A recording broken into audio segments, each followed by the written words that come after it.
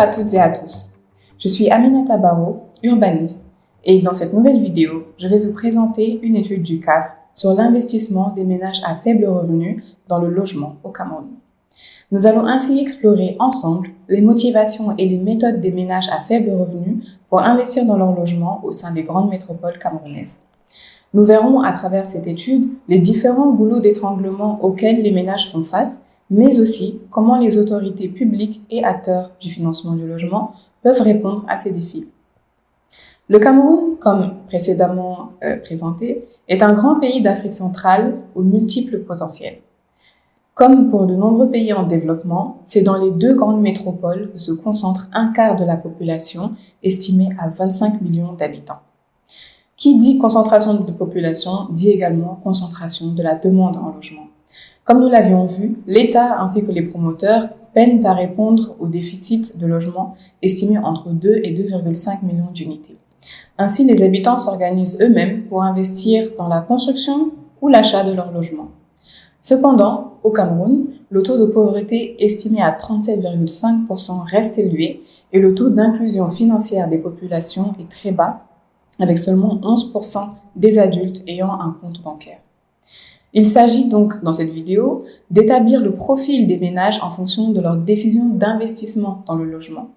Pour ce faire, une enquête quantitative a été réalisée, interrogeant 974 ménages à faible et moyen revenu, dont 457 résident à Yaoundé et 517 à Douala, les deux villes les plus densément peuplées au Cameroun. Cet échantillon s'est voulu le plus représentatif possible en sélectionnant des ménages vivant dans les quartiers les moins aisés. Cette enquête de terrain de 3 semaines a été complétée par la tenue de groupes de discussion qui ont notamment permis d'obtenir des informations concernant les différents acteurs de l'investissement dans le logement et les procédures réalisées. Un regard plus pointu sur le profil des ménages investissant dans le logement nous permettra de mieux comprendre quelle part de la population les acteurs institutionnels doivent cibler dans cette filière. L'étude montre tout d'abord que 72,4% des ménages interrogés sont dirigés par des hommes, majoritairement mariés et ayant été scolarisés au moins jusqu'au niveau secondaire pour 97,6% d'entre eux. Les chefs de ménage sont majoritairement travailleurs indépendants, dans 44,6% des cas, suivis des salariés qui représentent 28,9% de l'échantillon. Au total, ce sont 49,4% des chefs de ménage qui travaillent dans le secteur informel, dont 57% de femmes. Le revenu reste plus élevé que le salaire minimum de 36 000 francs CFA, environ 57 $ américains, puisqu'il se situe entre 72 000 et un peu moins de 288 000 francs CFA, soit entre 114 et 455 $ américains pour 65,8% des ménages interrogés. Pour ces mêmes ménages, la principale motivation à investir dans le logement est simplement la volonté d'accéder à la propriété, d'obtenir un espace personnel et la recherche d'une stabilité financière et émotionnelle. Ainsi, ils sont 77% à privilégier l'investissement dans la construction de leur logement, lorsque seuls 5,8% d'entre eux achètent un logement déjà construit. Les premiers choisissent majoritairement cette voie parce qu'elle coûte moins cher que l'achat et leur laisse plus de temps pour constituer les fonds nécessaires à leur projet. Ceux qui achètent leur logement sont 62% à avoir saisi une bonne opportunité qui s'est offerte à eux. Pour 19% des acheteurs, c'est surtout la volonté d'obtenir un logement rapidement qui a motivé cet investissement. Que ce soit pour acheter leur terrain, construire leur logement ou acheter leur logement, les ménages comptent principalement sur leur épargne. Celle-ci restant souvent insuffisante, une grande majorité d'entre eux, soit 84%, ont recours aux sources de crédit informelles pour financer leur logement. Par exemple, 59% de ces prêts sont couverts par les tontines. Les aides de l'État, qu'elles soient financières, en nature ou en termes de ressources humaines, soutiennent également les ménages dans leur entreprise. Pourtant, de nombreux acteurs du financement formel sont présents au Cameroun.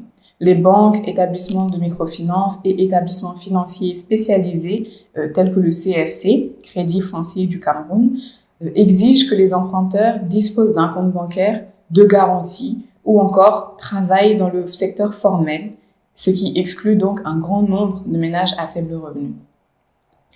Le financement du logement abordable échappe aux acteurs formels aussi parce qu'une large majorité des investissements dans le logement se font à travers les cercles de connaissances personnelles des ménages, donc auprès de particuliers. En effet, parmi les 62% de ménages qui achètent un terrain en vue d'une construction, 82% l'ont acquis auprès de leurs connaissances.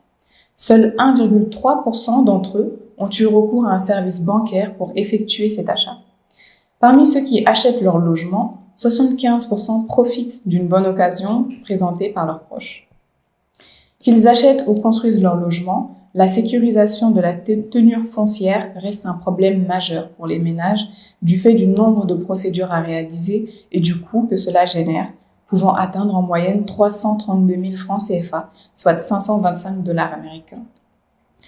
Ainsi, parmi les propriétaires interrogés, 39% seulement détiennent un titre foncier et seuls 36% ont obtenu un permis de construire. L'accès au foncier est difficile du fait du manque d'informations officielles sur la disponibilité des terres. Pour les ménages qui construisent, le coût de la main-d'œuvre et les frais d'aménagement élevés restent les principales difficultés. Ainsi, l'État et les acteurs formels du financement du logement ont un grand rôle à jouer, que ce soit dans l'offre d'une information plus transparente et élargie sur le marché du logement, dans le développement d'offres de prêts adaptés aux ménages à faible revenu du secteur informel, ou dans la formation de la main-d'œuvre pour la construction de logements, afin que tous les ménages camerounais de demain puissent réaliser leurs projets d'investissement dans le logement plus sereinement. Le CAF a eu le plaisir de vous présenter les grandes lignes de cette étude que vous pourrez télécharger très bientôt en intégralité sur www.housingfinanceafrica.org. Je vous remercie de votre attention et vous dis à très bientôt.